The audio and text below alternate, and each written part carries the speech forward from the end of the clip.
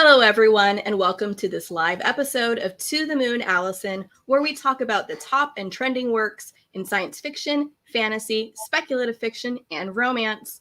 I'm your host, Allison Martine Hubbard.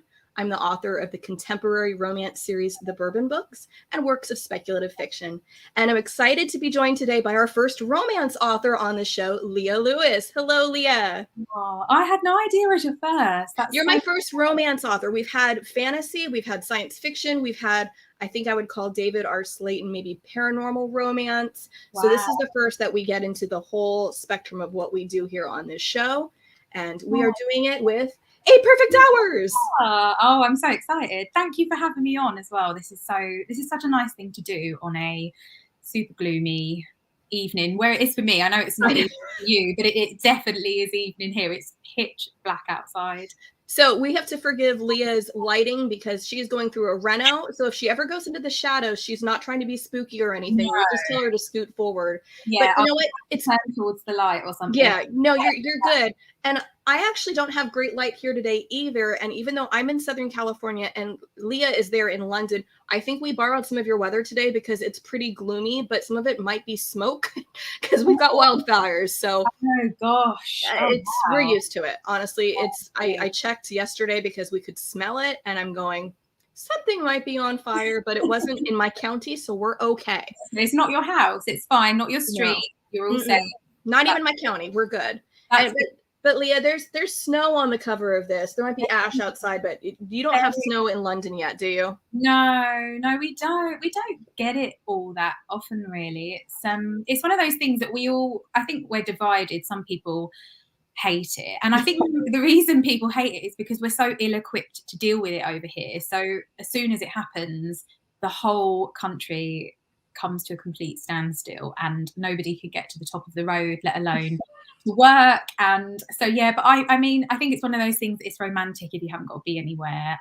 If you can look at it out the window and say, oh, it looks cold out there, I think that's quite a nice place to be. I'm gonna bundle up instead of and that's a great segue because 8 Perfect Hours starts with some very inconvenient weather that gets our main character stuck in a place she doesn't expect. Do you want to tell us a little bit about this lovely book? Yeah. So 8 Perfect Hours is about 2 strangers who meet when their cars are stranded on a snowy motorway, and they are both going to 2 very different things. One of them, Noelle, is coming home from something, and Sam is on his way to the airport to go back home to America where he lives. And 2 people that would have never otherwise met are stranded beside each other. And Noelle's phone is out of juice, and she has no way to charge her phone, and he offers from the next car to help. And so that's sort of where it all begins. It all starts to unravel with these 2 strangers, Noelle and Sam, who are pushed together in kind of weird and sort of fortuitous, so I couldn't say that, circumstances. Yeah, fortuitous and fateful, perhaps, which plays a huge role in your book. And I will laugh because Noelle is British and Sam is American. And Leah, you and I were talking a little beforehand how it's kind of funny because here in America, there are quite a few of us who have the obsession with men with British accents. And apparently there it's kind of reverse, that you're like, oh, the dreamy American accent. Totally. Yeah. Sam is American. He is. Did Sam have any real life basis? Is there a dream actor you would cast as Sam? How do we picture Sam? I always worry about this question because it does change. Sam, it usually changes for who I've got a crush on at the time, who I write. As well it should. Yes, exactly. I think everybody can relate to that when writing, especially when writing romance or just writing a kind of any book that's kind of got a sexy hero in. But I would say someone like Ross Butler for me is very, very Samish. But we talked about this a little bit before we came on, but he arrived as some characters do. And it's so frustrating because you cannot control who those characters are. Nope. You have, exactly, and you probably know this all too well, that sometimes a character will walk into a room and you'll be like, oh, okay, fine, like you're in the book, what can I say, you're writing yourself, exactly, like come and sit down. Whereas other people, you've got to have them in the book, but they're just, it's wooden, and you're almost it's like that clairvoyance or something. You're sitting there going, come on, give me something else. Say something. Say something. Who are you? What gets your blood pumping? Talk to me. And they're the hardest a lot of the time to nail. But some people walk into the room, and Sam was very kind of, at first I tried to make him sort of different than he was, and he fought you on it, didn't he? He did. He's like, no, sorry, this is not who I'm going to be, and I'm going to I'm just going to crumple up your ideas there, if you know what I'm getting at. Yes, exactly. That is exactly what happened. I was like, I want to make you a little bit more fun, and he was like, I'm very stoic and remote, and I like to be the strong and silent type. And I was sort of trying to go, yeah, but maybe you should be more like this. And I did try, and I look at earlier drafts, and I think I can see it was sort of like a bit of a battle really between sort of what naturally wanted to be so, and what I was kind of trying to force. But yeah, he was American when he walked into the room. So he showed you his passport and made his little American flag. I'm like, all right, guess you're gonna be a foreigner. Fine, exactly. You can stay if you must. If you must, exactly. That's what happened.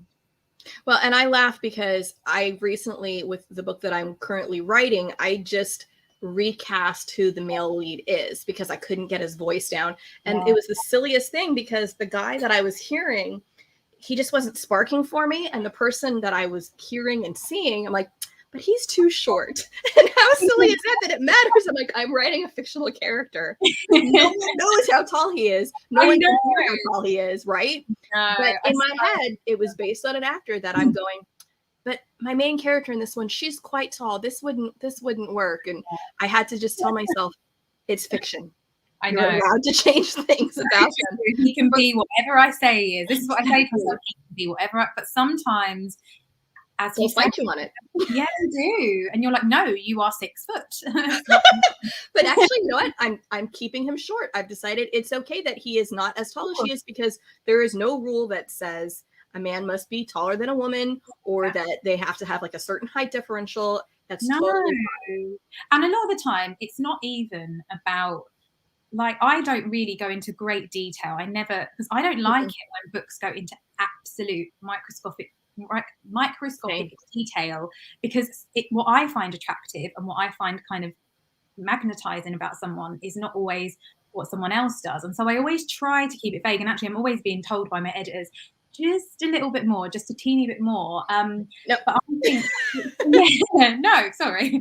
But I always do. But I always try to be quite vague because I think the chemistry is so much more important. And that yes, kind of and you can't almost articulate what that is. Like if someone was to say, how to write that, it's a bit like, I don't know. It's like an alchemy kind of. It is. It's those vibes, those feels. I mean, I think the number one thing that I'm always looking for in a romance, and whether it's a historical romance or if it's a romance storyline in something that isn't even a romance book per se, is those vibes and the way that those characters feel together. And you can't make a chemistry reaction of that very formulaic. It's going to be different every time. So it's like, you know it when you see it. But you can't necessarily say, okay, well, what you have to do is have them touching here and then wanting to touch here. And then sort of like, no, it's not how any of it works. It doesn't work. It just, and it's like the cutest kind of most natural, almost kind of sexiest bits of a book, I think, are those bits that just happen and someone says a snarky comment and then there's a snarky reply back and then that becomes a little bit of a joke. And it's all those little things that I would never, I mean, I'm a planner. I plan meticulously, but there are always those things that I depend on, like, right, well, I don't know what this funny thing is going to be, but I know something will happen between them naturally on the page that will fill in the gap. But there are some things you can't plan, and you kind of learn that every time. I mean, I'm 4 books in now, and I've just finished my 4th today, and I feel that is today. Today. Okay, I'm cheersing you with my chai. So I shall cheers you with my water bottle. It's a very pretty water bottle, though. That's like galactically cute. This is what I bought to try and encourage myself to drink, because as I was saying to you earlier, but it's not working because you're not drinking it. Drink now, Leah. I know, exactly. Nothing works. I need to forcibly fed water, I think. But yeah, we have to set up an IV line for you to sit there. She's like, I'm writing, so if you could just kind of put the line in but so I can still bend my arm and type. That will be fine. Yes, exactly. IV, and then maybe bring me a meal every so often. That'd be great, because that's why I said to you earlier, I was like just so tired, because you probably didn't eat today either. No, I had a little bit of pizza in a kind of, well, I've got time to eat a slice of pizza. It's just, I get into this very impassioned, and it's so slow. It takes me such a long time to get in that. I'm obsessed. I can't wait to be back with them. I just need to finish it. I have to wait for that to come, and it doesn't always come right. Well, someone's saying chai is much better. Okay, yes, Laura Jacko is saying, I'm also terrible at drinking water. Chai is much better. And I was even thinking, Laura, of you earlier, because Laura does a Twitch stream, and one of her regimes on her Twitch stream is to make her drink water, because she forgets, and we're like, make Laura drink water. So wow. Well, there's no way to do that for authors, though. I don't know if you've got like a Patreon or something where we could be like, make Leah drink water. But like when they're just reading your book, there's no way to make you go back and drink the water now. I know. I literally, my boyfriend tries. He's always like, have you had anything to drink? And then I'm like, oh, I'm okay. I'm an adult. And then I think I'm an adult. You just keep telling yourself that. But you're like, yeah, a dehydrated adult is what I am right now. I'm dehydrated and I'm ill, but I'm fine. But yeah, I always blame the books, because I don't, and it's something I'm really trying to get better at, but it's almost like a cliche artist that goes into their cave and makes this amazing, is mad and just can only focus on one thing, and then emerges like looking like something that just got, trapped somewhere for weeks, and comes out saying, it's done. That's what I'm like. It is finished. It's done. Yeah, exactly. I am now like half a woman. That's how I feel. But it's done, and I've still got to learn that I can't always plan, and I think that's something that I'm learning every single time. There is always a point in a book where I come to and I think, this isn't what I thought it was, and it's trying to be something else, and I have to listen to what this book is really about, and that happens every single time. So yeah, I love that, though, because I am very much so a pantser, and I joke that I am. They say the nicer term for us pantsers is discovery writers, and it's that we're discovering the story as we go. And I have always said, if you gave me an outline, I would have a blank page, because I don't know what the story is until I go. Yeah. But my process is always changing a little bit, where I see glimpses, or I can see certain general points, or know, okay, this is where it ends, but I don't really know where we're getting. So I feel like nobody is one or the other in extreme. I feel like everybody has, like, they're somewhere along that gradation of planner versus pantser, and figuring out, okay, how am I discovering the story? And sometimes if you're open to those things, that's great. So I can't imagine somebody going, well, I'm sorry, the outline didn't say that, so this amazing scene I just came up with, I'm not going to type it. No. You never completely stick to it. And I really suffer with self-doubt. So for me, a plan is a kind of, it's like someone holding my hand. It's like past Leah, who says, I've got this great idea for a book. Here's what the midpoint's going to be. This is how it's going to end. It's going to be a story about X, Y, and Z. And my initial reaction to that, and I thought it would, and I always talk about this, but I always sort of thought it would disappear once I had books out in the public domain and books in shops and things like that. I thought, oh, I'll be fine then. I won't have any doubt. But actually, it almost gets worse, because the pressure to, if someone loved your previous book and they're waiting for your next, you're feeling like, well, I can't match it. I might not be able to. I might disappoint them.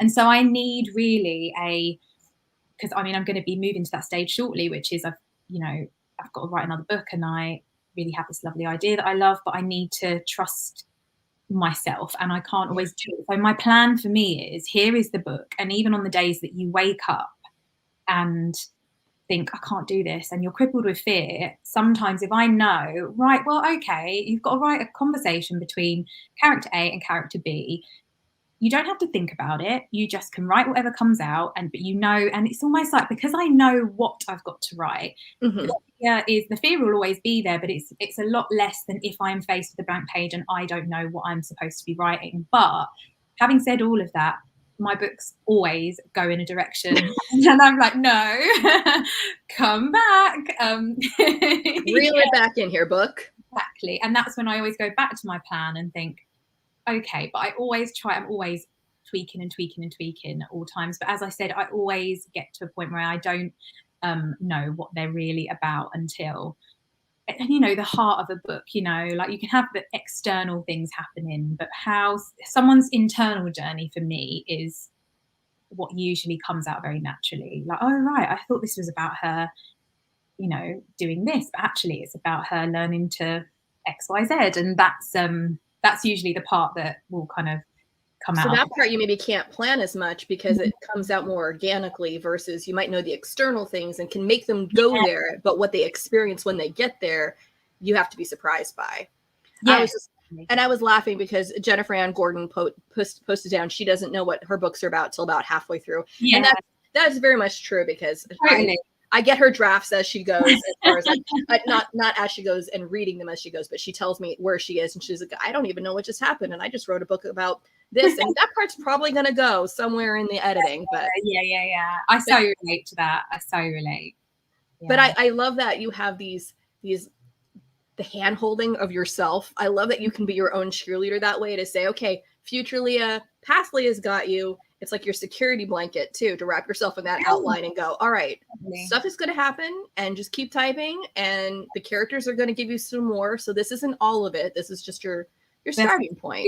Right. That's exactly what it's like for me. Okay, I need you to tell me about Dilly.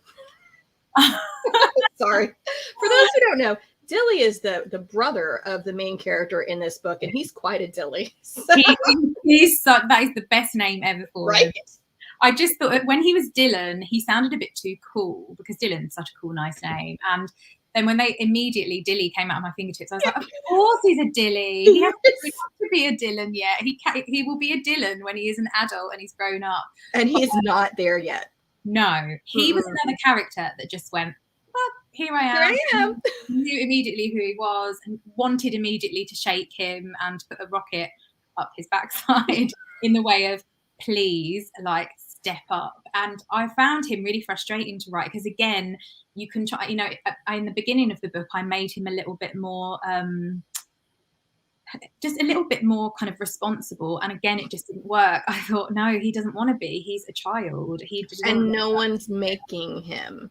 I mean, that was the big thing. And I've had people read some of my books and go, oh, I was frustrated with your characters when, and he was my big frustration, and not so much him, because I know people like that. Yeah. And it's not about they won't step up, but it's that nobody's making them step up. Yeah. So first off, is there a Dilly in your life, and do we need to go put a rocket up something for them? Thankfully, no, but I think we've all known a Dilly. And actually, it's one of those, again, the kind of weird thing of, I never really know. I always think it's complete, and it is fiction. Of course it is. I have never been stuck in a traffic jam and got talking to a hot stranger. But it's like, as I write, I think this is completely external of me. And then I read back and think, I wrote about loneliness because I was feeling lonely last year. Or I wrote about mental health because I was struggling with it at the time and didn't realise. It's always in hindsight that I see. And I think with Dilly and Noelle's relationship, I mean, my relationship with my brother is nothing like Dilly. He's like, I would like a disclaimer on the front of every book saying that this is not related to me. Exactly. And I'm not like that. People ask, how dare you? I know, people would ask, like, is this based on you? And I'm like, absolutely not. No. But I was having this sort of, I think I've got 3 children, and when you have kids, it makes you sort of look at your childhood and also your life, and oh wow, like I am actually a grown up now. And by default, because you're like, well, if I'm your mom, yes, I'm the adult in this situation. Yes, exactly. I'll sign the permission slip because I guess I'm the one who's supposed to. Exactly. Right. And I feel like that a lot. But I think when you're the eldest, and I'm the eldest of my brother is younger than me, there is a matriarchal thing that goes on with older, well, not always the older children, but there's always a child in the family, especially if you're an only child as well, that it's matriarch vibes wherever you go, and people lean on you. And I have always felt like almost like a matriarch in my family, because I am the oldest daughter, and I am the kind of type A. I like everything organized. I like to see everything, whereas my brother is very laid back. He's the opposite. And that sort of, I think because I didn't get to see them because of lockdown, I was thinking a lot about my brother, thinking a lot about my mum and my dad.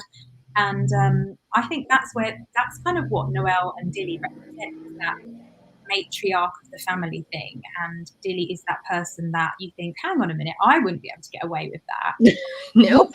Can he? Yeah. And I think everybody knows somebody like that that's like, well, you might want to do that, but actually the rest of us are out there having to get on with it. And that is, I think that's what Dilly represents. There is not a Dilly in my life, but I think everybody has known a Dilly. Well, and there was such a good contrast between, and I'm going to avoid doing any spoilers, but you've got one character who basically just does whatever he wants, and the other one who has curtailed her entire life to be at the beck and call of those who need her. So, like, you've got complete responsibility, dependability versus do whatever I want, and everyone will just kind of pick up my mess afterwards, and that's okay. And someone is expected to get a second job rather than someone get a real job. You know what I mean? Yes. Like Yeah. that contrast. But I think we probably know people like that and know those kind of situations. And then seeing what that does to Noelle, because I know one of the things I was thinking about, such a big theme in your book, is mental health and the struggles there. And you said that was something that was close to your heart and dealing with loneliness. I don't know if it was when you were writing this, if it was writing a later book, because this is your third complete book, because you've got the one before this was Dear Emmie Blue, and then what was your first one? My first one wasn't out in the US. Somewhere Close to Happy. Somewhere Close to Happy was my debut, and Dear Emmie Blue was my debut in America. But yeah, so and the US, Canada, etc. So yeah, this is my third full novel. Mental health is a massive part of book one, and also in book two, and also book three. Okay, so this isn't just part of this, and this is just a theme that you like to draw on. Yeah, and I almost don't realize that I do until I've written it, and then I'm like, oh god, there's like lots of mental health in this. But it is close to my heart, and I think I don't know. It's just something that I think the more I talk about it, and the more other people talk about it with me, the stronger and the more heard and seen people feel, I think. And sometimes it can be hard to, be the one that sort of stands up and says, well, I have anxiety too, or, I've suffered with depression. But I think mental health is such an alienating thing, because it lies, and when it comes along, it will say you're the only one in the world that feels like this. And that just makes the whole thing so much worse. So when I try to kind of thread it in a kind of very, it's just part of their lives way, and it isn't who they are. It's just a part of them, but it doesn't define everything. Like Charlie still has a really full life in the book, and she does suffer with her mental health, but she still, and she has a baby, she has a family, she has a business. She has a baby named Petal. She does. I loved that name. Like, that is such a granola, crunchy, adorable name. And I'm actually now surprised that none of my children had classmates named Petal, because we got some very interesting names back around preschool time, but no petals. No petals. Two different clementines, no petals. Oh, I love that. Isn't that cute? That's so cute. I love that. I love baby names. I love naming characters because of that. Like, that's so much fun just going through baby name books thinking, oh, what sort of person would that be? And so I think names are so fun. Names are really fun. It's such a fun part of the job. Like Ed the Ped. Yeah, Ed the Ped. Yeah. Oh. Now, would you say, because he's a pediatrician? He is. And for people who don't know, Ed is Noelle's ex-boyfriend, who is still part of this storyline and everything, but he gets shortened to Ed the Ped. I'm going, I'm assuming they know that that's not a nice thing to call people, because people would think pedophile instead of pediatrician. It's a bit tongue in cheek, a little bit like, and I think because he's a bit of an arse, it's quite easy to a little bit just yeah, exactly. People are very on the fence about it. I get mixed messages. I get some really, yeah, I do. I get people who are just like, he is just the worst, and then I get people say, I know someone like Ed, and he just thinks that achievement is how you get love and how you get acceptance. And it's one of those things that we've all kind of fallen in love with an Ed at some point, and then actually taken a step back and thought, they're not actually all that good for me. So yeah, it's Ed is actually based on a very, very cocky paediatrician that I met once, and he he Go was on.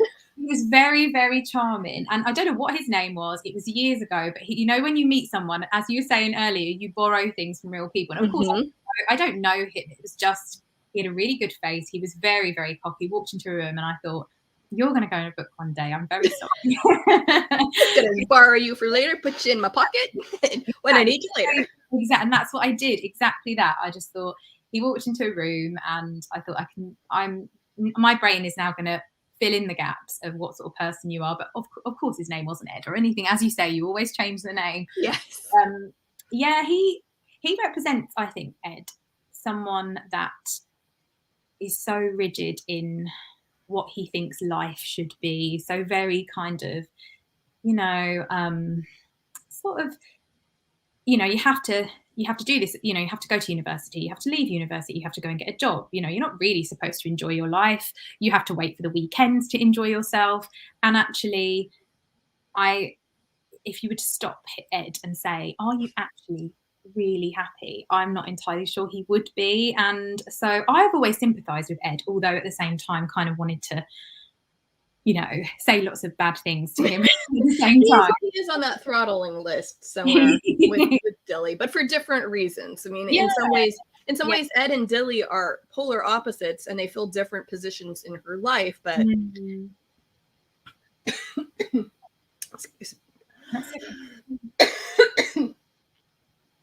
gonna blame the chai. Okay, I will talk. But yeah, I think we all have those people in our lives who, as you say, sort of hold you back in different ways. And Ed holds Noelle back because he's constantly telling her who she should be, and Dilly is always kind of telling her what she could be if he could only step up. So they're all kind of obstacles, really, and how we all know people that have been in, you know, your life from day one, and 10 years down the line, you think, hang on a minute, like this. How did I get you here? How are you still? And should you still be here? Exactly. Which is funny because one of her other friends, Charlie, who it took me a minute to realize was a girl, she asked at some point, like, am I still me? Am I still the person that you brought into your life? Yeah. And I thought that was really interesting because I don't know how many people have the vulnerability to say that to their friends. Like, am I still the person that became your friend at this point?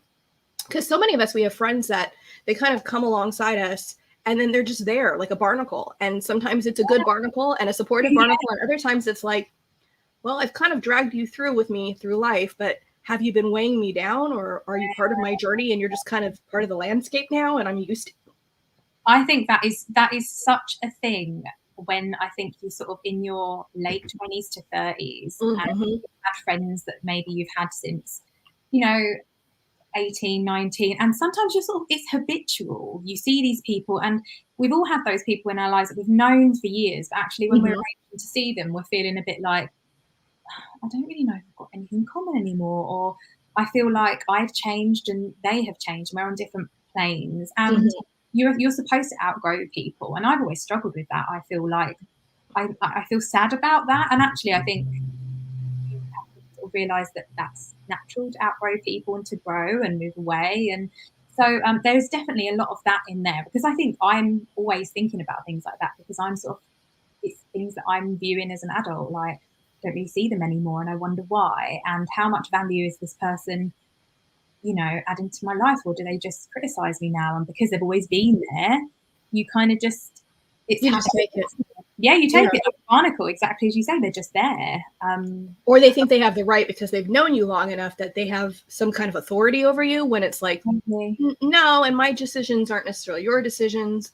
Yeah, exactly. And you're not, and as you say, like Charlie says, am I still the same person? Because I think identity, you worry about that as you get older. Like, I might change when these big things happen to me. Like, I might change when I get married. I might change when I have children, or I might change when I move to such and such and take this job, say if I turn into this person. And I'm always sort of thinking about my identity still, even now. And I just think that that's what Charlie's kind of symbolizing, is I'm not losing me, am I? Because I've become a mother. And Yeah.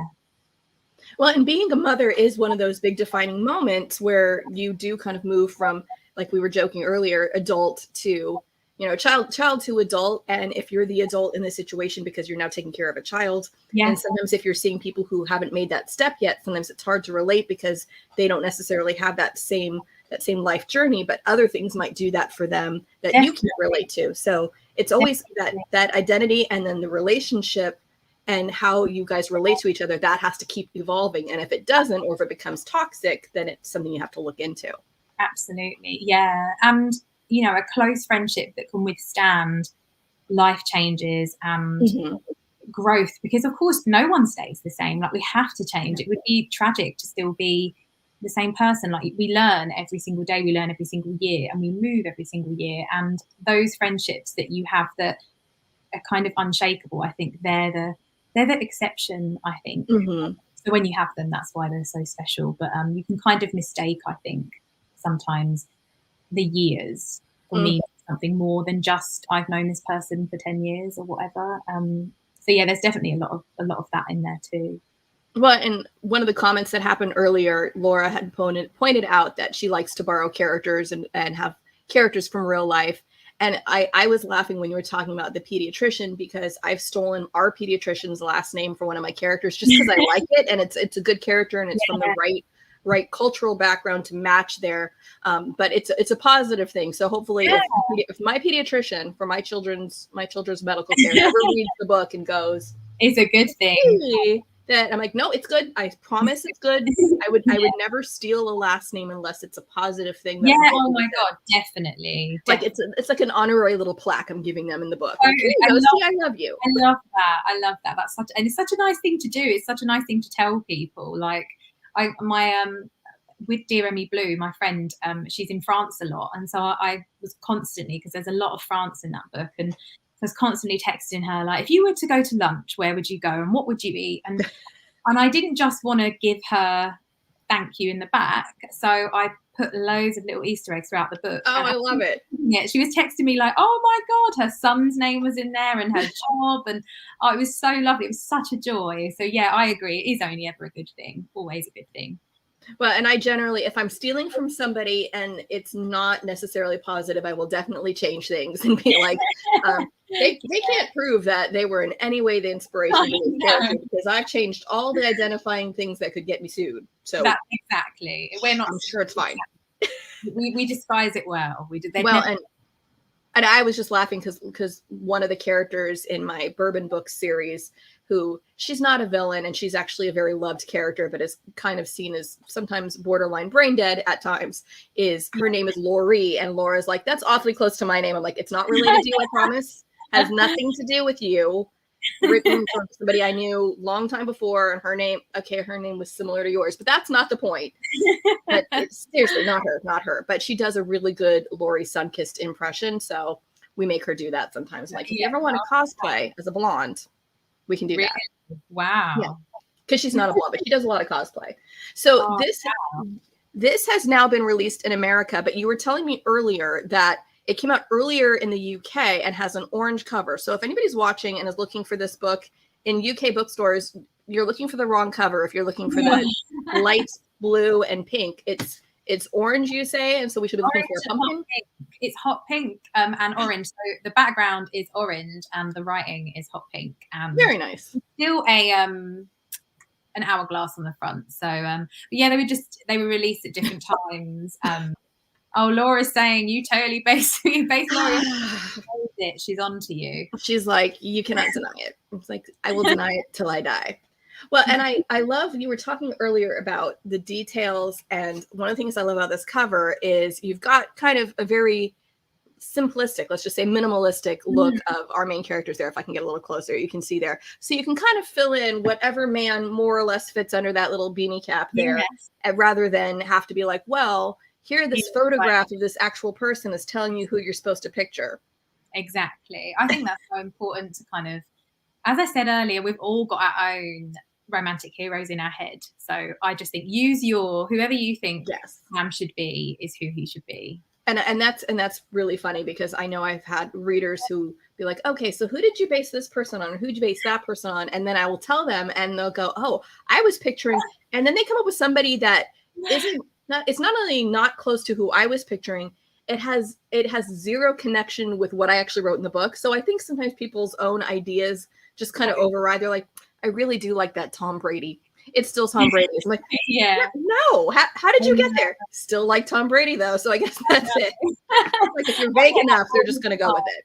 I get that all of the time. And I'm always like, really? I'm always really surprised. But I don't, that the reason I write is for people to have this, escapism and joy. Exactly. And so it needs to work for them. And that's why I don't ever go into too much detail, because I don't ever want to be kind of pushing against the reader, like, he looks like this, and they're like, no, he doesn't. I don't want to be tussling with them. So I'm like, you decide. I'll give you a little bit, but you can fill in the gaps. Fill it in with whatever floats your boat and just go with it.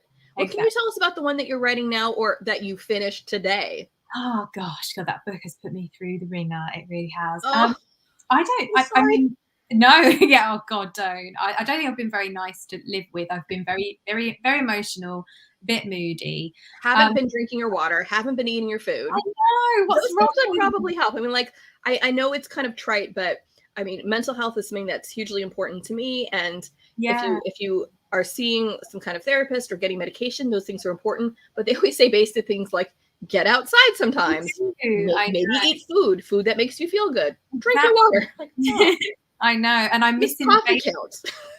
Yeah, I always think, does coffee count? If coffee counted, I would be absolutely fine. But yeah, you're right. That it's always the basics, and I'm always a little bit like, oh, that won't help, and it always does. It always does when you're eating properly, when you're treating yourself kindly. I think sleeping properly. Sleep. Oh my God, amazing! Like, as soon as you've got a good sleep habit down, I think creativity soars. Everything does. So yeah, I will be. I think I'll be getting back on the straight and narrow now I've finished my book. But yeah, it's about someone who recently lost her husband, who is a musician, and she can't bear to play piano anymore and work, because she was a professional musician. So she busks at a public piano in a train station. And that's what she does every Thursday and Tuesday, every single week. And she doesn't think anybody's listening to her. And then one day, someone starts leaving mystery piano music, and they were only songs that her husband knew. So it's a mystery, and that's a heartbreaking premise right there. Oh, like, thank you. Oh, thanks. Well, I'm glad to get that reaction, because it's weird, isn't it, when you sit with an idea for so long that it almost loses its magic a little bit, and because you sit with it for a whole year. But I'm really proud of it, and I really, really have enjoyed it. Although it has put me through the ringer, it's kind of made me a better writer, and I think that's all you can sort of hope for with each book, is that you get better and better, and kind of you go deeper and deeper. So but yeah, that will be out next year. I'm not entirely sure on the publication date yet, but especially if you've got like UK and US dates, and I mean, it's something that I didn't even realize until I became a published author myself, that dates for where we're releasing things isn't always the same. Like, it's a book. Why should it be any different here? It may not even be. It may be released at a different time. It may be released in a different genre. Like, there are books where it's like, oh well, there it's fantasy, but over here it's historical. I'm like, what? No, huh? I know. So I think in Spain, because I have I get quite a lot of readers in Spain, and I found out that I was I think it's YA over there. Which I do sort of see, because there's a lot of YA. There's threads in my book, kind of teenage years. But you're right, it is weird, and sometimes you don't know that they're coming out until they're out, when you have foreign titles, which is just so weird. Yeah, I just suddenly get tagged in loads of things and languages that I've would never be clever enough to speak. Okay, but the one in Spain, is it a UK? Is it the same as the UK version, or is it in Spanish? No, it's in Spanish. So yeah, it's amazing. Because I know that there's quite a few people who are like UK and will go have like their vacations in Spain. So I was just thinking, okay, so is it just a lot of folks who are from the UK who now live in Spain? But no, they're actually reading Spanish. Yes, a Spanish translation. So lots of people from in like Spanish speaking. So I have a lot of Mexican readers as well, which is amazing. So yeah, I was lucky that Emmie Blue, my second book, or first in the US, was published in quite a lot of languages. So that's amazing for me. It's just a total honor to get fabulous. all these amazing languages. Just yeah, beautiful. Very cool. See, I would be like, okay, I would want to try to learn another language by reading my own book translated there. Like, well, I knew what I was trying to say. Yeah, I mean, it's probably a good way to learn, because you get sent some. So as soon as it's published in another territory, you get some through the post. And I always stupidly open it, like as if I'm going to have any idea. But it's lovely to be scanning the pages and then you see something and you're like, oh, I know what that says. I know where I am in my book. Yeah. Oh, it's lovely. Yeah, it's really fun. Well, and I joke, I just finished watching a show on Netflix that was all in German. And after 3 seasons, I'm like, I still can't speak or understand any German. It has not helped at all. I would so love to be able to speak another language, but I just can't. I'm Greek as well, and I never got taught Greek. So my family all taught Greek, like my extended family, but my dad speaks fluent Greek. He just never really taught us. He didn't bother teaching you. You're like, he did try, but you know what it's like when you're a kid. We were like, oh, we're not learning anything. Like, we're off to play. See ya. And then I got to 34 and was like, I really wish I'd listened. I wish I would have, back when my brain was a sponge and could have soaked up that other language much easier. Exactly. Now, not so much. Is Leah a Greek name? Because I was going to say it might be. I feel like I've seen that as a Greek name before. Yeah, it's a shortening, but mine actually is, like, I was christened and it's on my birth certificate. It's just Leah, but so it's just Lia. But it can be sort of taken from lots of longer names. So yeah, I think it's it's sort of like a modern take. I think a lot of as kind of, you know, Greek mothers, although my mum is British, I'm only half Greek, but we kind of got into the 80s and 90s and the Greek mums were revolting, like, we don't want the long complicated names. And so my mum and my dad just kind of come to this compromise, and we've got 3 letters long is pretty short. So I know. You did not get a long complicated name. Won the battle. She really did. She fought the battle and she won. So yeah, but yeah, I'm quite happy with a nice short name. And Louis is weirdly Greek somehow. I don't know how. Wait, Louis is Greek too? Yeah, we're like, I don't know, a weird Greek family with that last name. Like, I don't think people believe us when we go over to Cyprus, and they're like, you sure? No. Show your Greek credentials here. Like, yeah, I know. But yeah, it is. My whole name is Greek. So well, very nice. So I'm hoping you can go back to Greece at some point and find like a Greek edition and be like, I should be able to read this, but I cannot. Have your dad read it for you.